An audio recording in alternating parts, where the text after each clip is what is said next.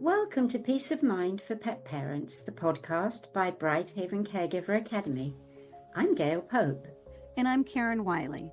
And together we're here to support you in navigating life with your aging or ill pets. We know how deeply you care for your beloved companions, and we're here to offer guidance, understanding, and resources for this meaningful journey. Each episode, we'll explore topics that address the daily challenges, emotional realities, and choices you face as a pet parent, helping you and your pets find peace, comfort, and joy. Whether it's making sense of a new diagnosis, adjusting to changing needs, or simply seeking a place to feel understood, you're not alone.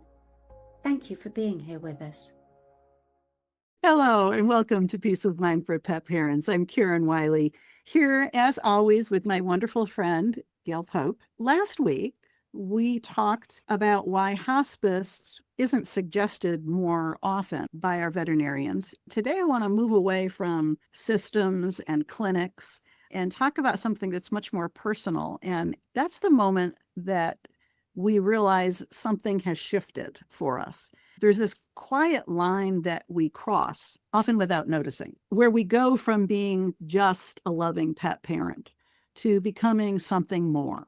We're managing medications, we're adjusting diets, we're monitoring the heart rate, their breathing patterns, we're rearranging our schedules. Here's the funny part. A few years ago, when Gail and I first started talking about creating something for pet parents, and we talked about caregiver skills, she looked at me like I had three heads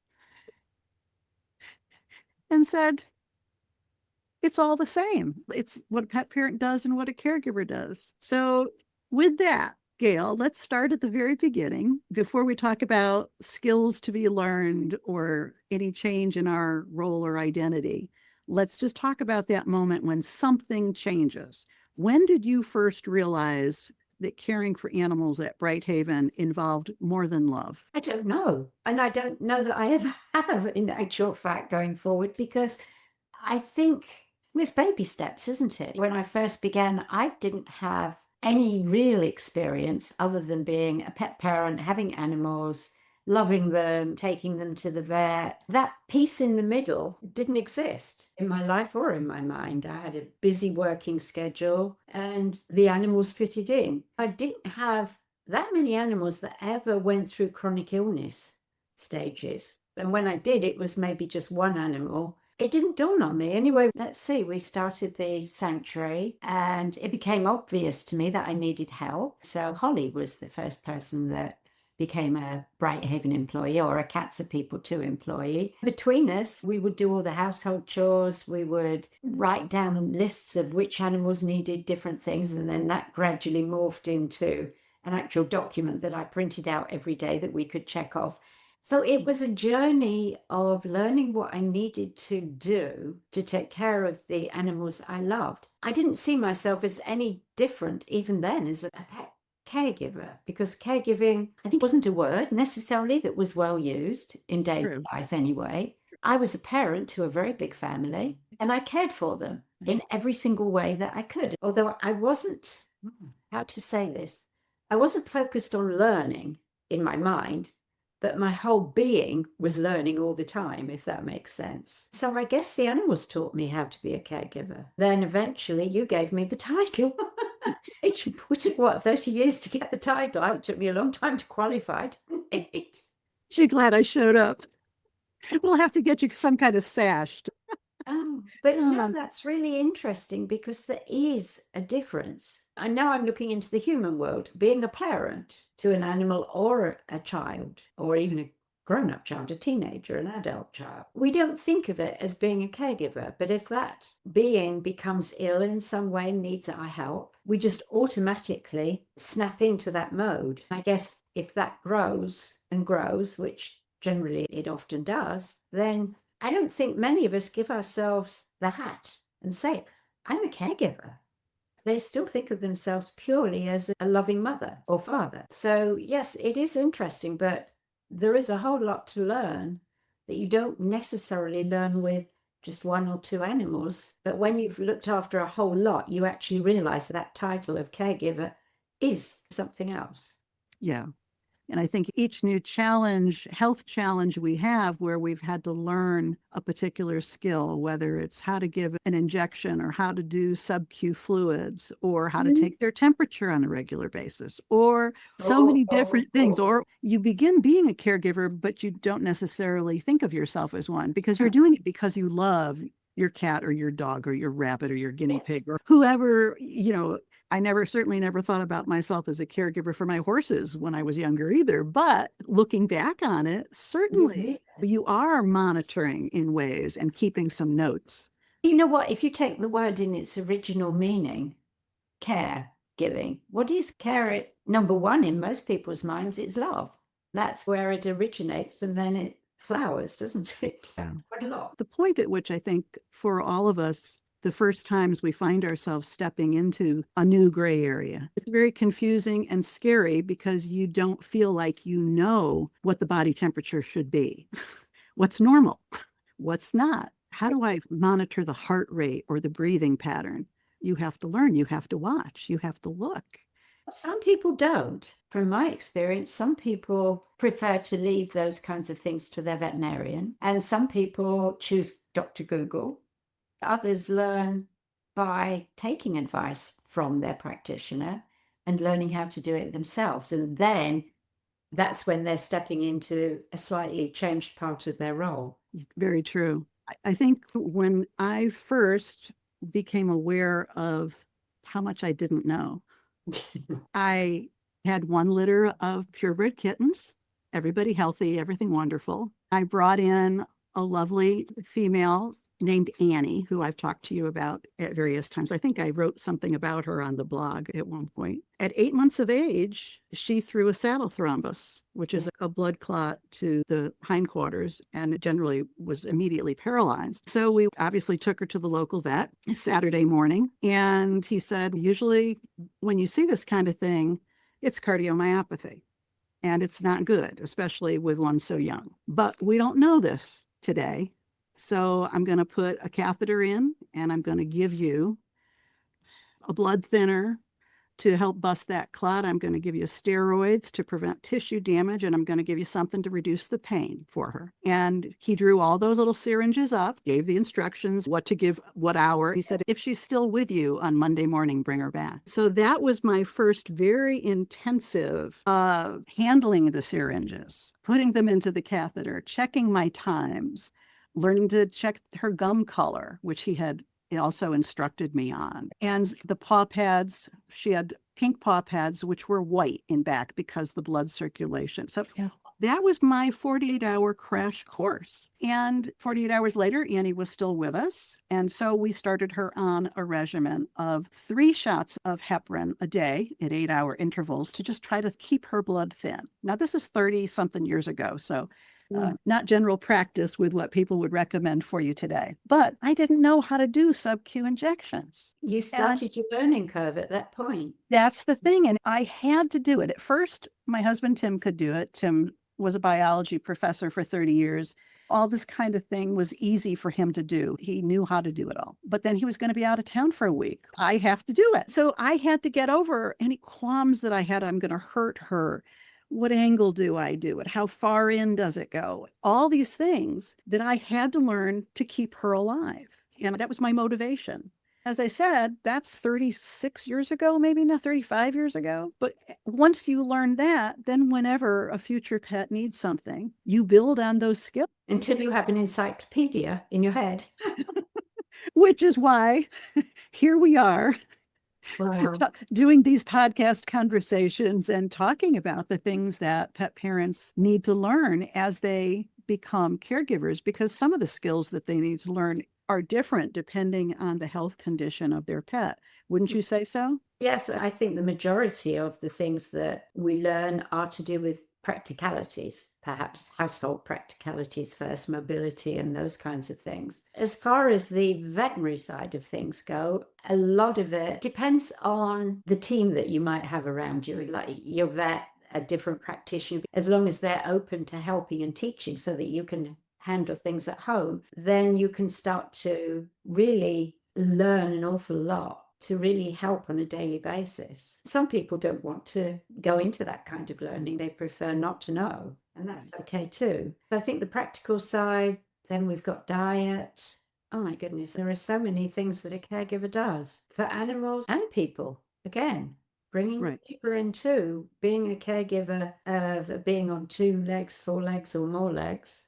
It's mostly similar kinds of things that you have to learn, or you have to blunder your way through until you actually figure out the right routine or whatever it is you need to learn.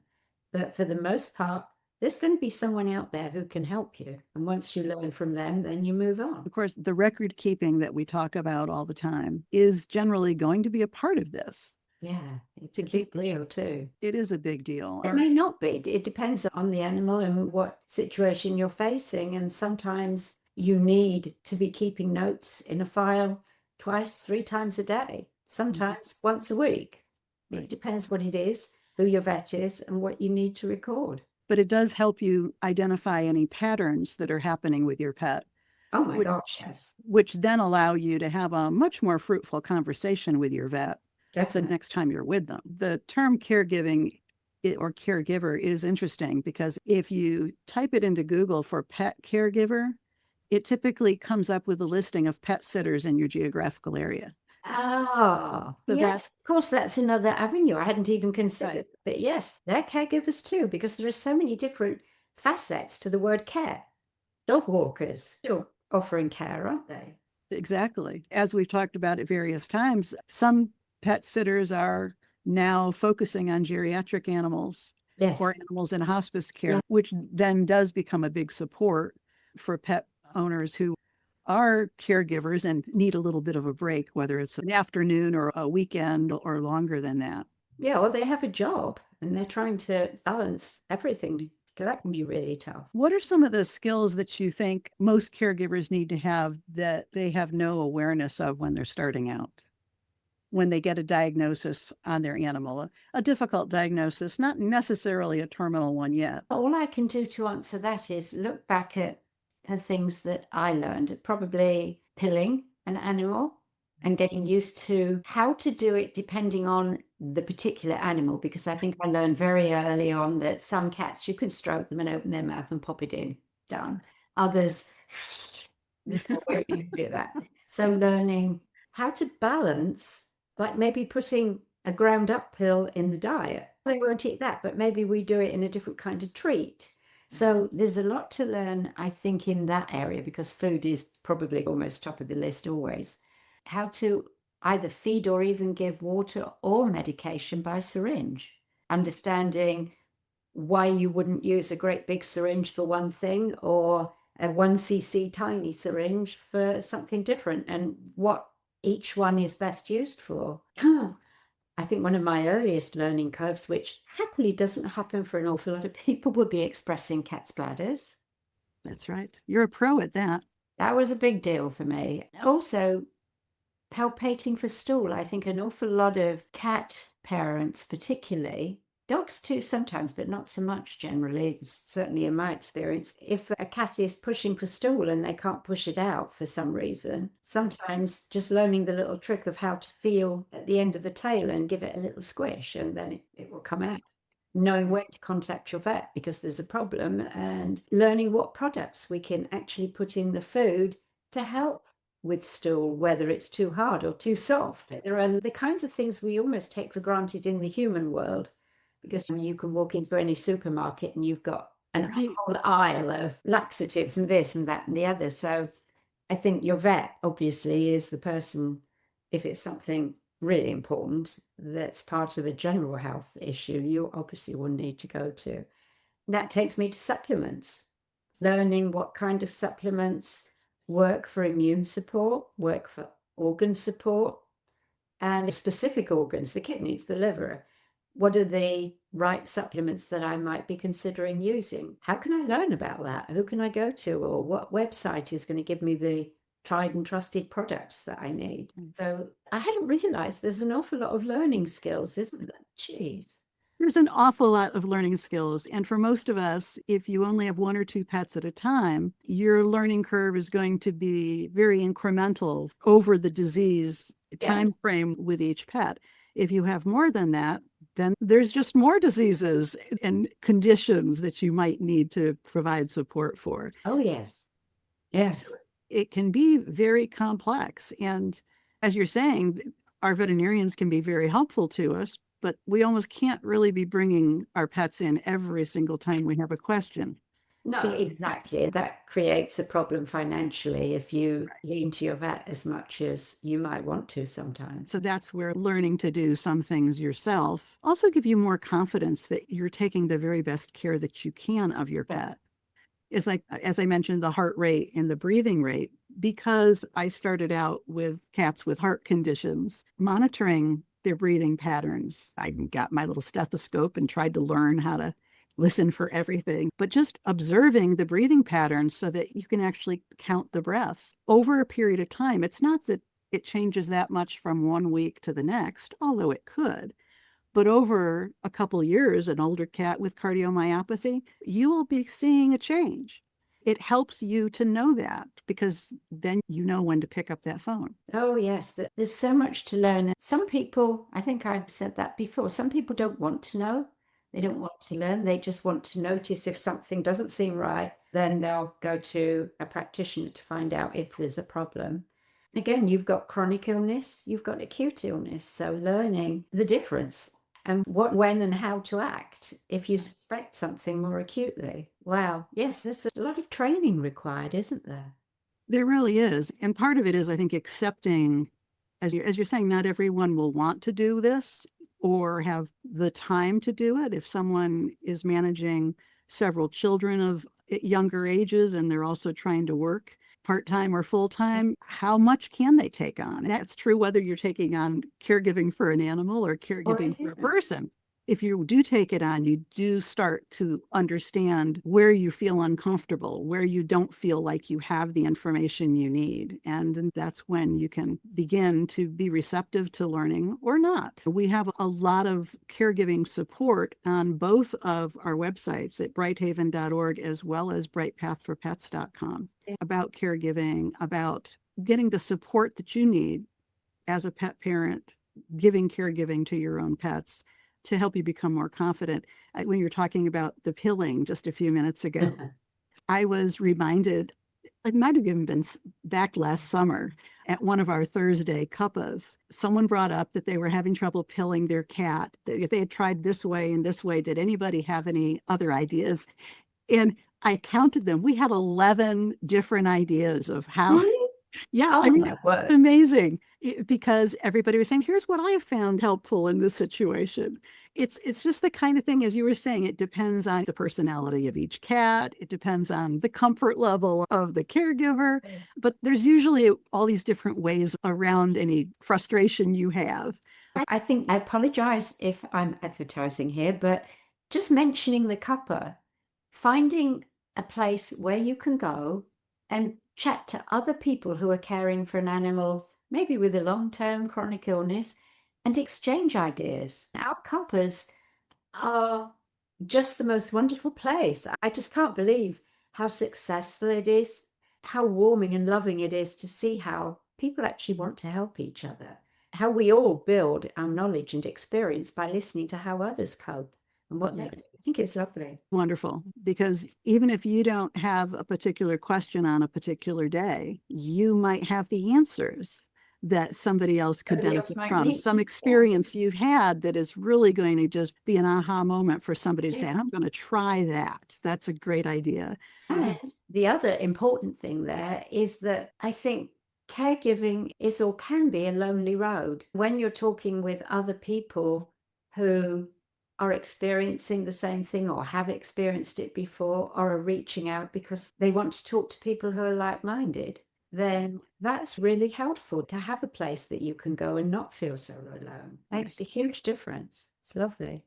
I think it does too. And it's always something you and I look forward to each week. We never know what we're going to talk about. So you just go with the flow that particular week with the questions or issues people want to talk about. Yeah. Let me ask you, Gail, I know at this point you are down to your one rescue dog, Yeah. which is a very different life for you. But how do you think caregiving changes you emotionally? Whoa. We've been talking a lot about the skills that you need to learn and getting over discomfort about subcu fluids or injections or whatever. But part of it is caregiving doesn't just change your pet's life, often because it allows you to extend your pet's life with what you're doing at home, but it can change you too. Oh, yeah. What comes to mind for me first is that we're all different and we will all be changed emotionally one way or another, and they could be in different ways. Obviously, it's all about love. It's a time where you're caring, sharing, loving, crying, and struggling to learn all the things that you do need to learn along the way. Emotionally, it can be very easy to get into a difficult situation and to spend time worrying and not letting go. So I think it's a time to learn about love and learn about letting go. Letting go has become a really big part of my life recently. I'm sure I've talked about it before, but when you're caring for a being with a chronic illness, it can be a very difficult time for you. So you have to learn to be like your animal and allow your animal to need you a lot in living in the moment and enjoying today. We don't know, none of us know what the future is going to hold tomorrow. So worrying about the trajectory of an illness, no, I think we have to learn to maybe do some research, maybe understand a little more, but then put that out of our mind and concentrate on the love, on the relationship rather than the illness. So see it again, it's a holistic way of living when you're caregiving. You have to embrace it all. But at the center of it all is you and your animal together in love. Yes. That's the most important part of the whole thing. I have to agree with you. I always love all of my pets, each of my pets throughout their lives. Maybe it's just old age when they start to need different things from me. But I think for me, caregiving has been something that I grew into and my love grew to, so that it wasn't just about the skills and what I needed to learn. It was really, as you're saying, about appreciating the time that you have with them, taking it day by day as they do. It'd be so nice if we could be more like them. I think that's what we strive to be. And it's probably the hardest lesson, the lessons that they teach us about living in the moment, not thinking about tomorrow, and being rather than doing all the time. Meditation, Reiki, people who practice those things, who are caregivers, I think have a much easier ride. I don't think it's ever going to be that easy if you love an animal. We don't want it to be that easy, but just having time that's precious, that's spent with them and not doing something to them or doing something for them. It's just that, okay, let's just enjoy who we are and let's enjoy our relationship. If you find yourself in that space, that caregiving space where your love is growing into something deeper, little one's burrowing into me here. It's cold. It's cold weather here, late February in Appalachia. She's so adorable. No, I'm not putting her on a plane. It would You've be tried so before. easy. It would be so easy, and I need a cat. I agree with that. And you're in your new dig. So we'll take Yeah. that on as one of our next new projects. We do have our feeding ebook coming out soon. So that's something people could look forward to. I don't believe we've talked about pilling in it. That might be an ebook all its own in terms of all the ideas everyone has. But if you find yourself in this new caregiving space where love has become more hands-on, you're being more observant, more intentional with what you do and when you do it with your pets, we really do just want you to know you're not alone. There are resources on our websites for you. There's our other podcast episodes and conversations you could listen to, or you could come to our cuppas on Thursday afternoons and be with us. Or I should say it's 10 a.m. Pacific, 1 p.m. Eastern. With that, we'll say thank you for being with us and hope to see you next time. Thanks. Bye-bye. Thank you. Goodbye. Thank you for joining us on Peace of Mind for Pet Parents. We hope today's episode has offered you support and insight as you care for your aging or ill pets. Remember, it's not just about the end, it's about living well at every stage of life. To continue your journey with us, explore more resources at BrightHaven Caregiver Academy's website, brightpathforpets.com, where you'll find guides, assessments, and a caring community of pet parents like you. Until next time, may you and your pets find comfort, connection, and peace in every moment. Take care.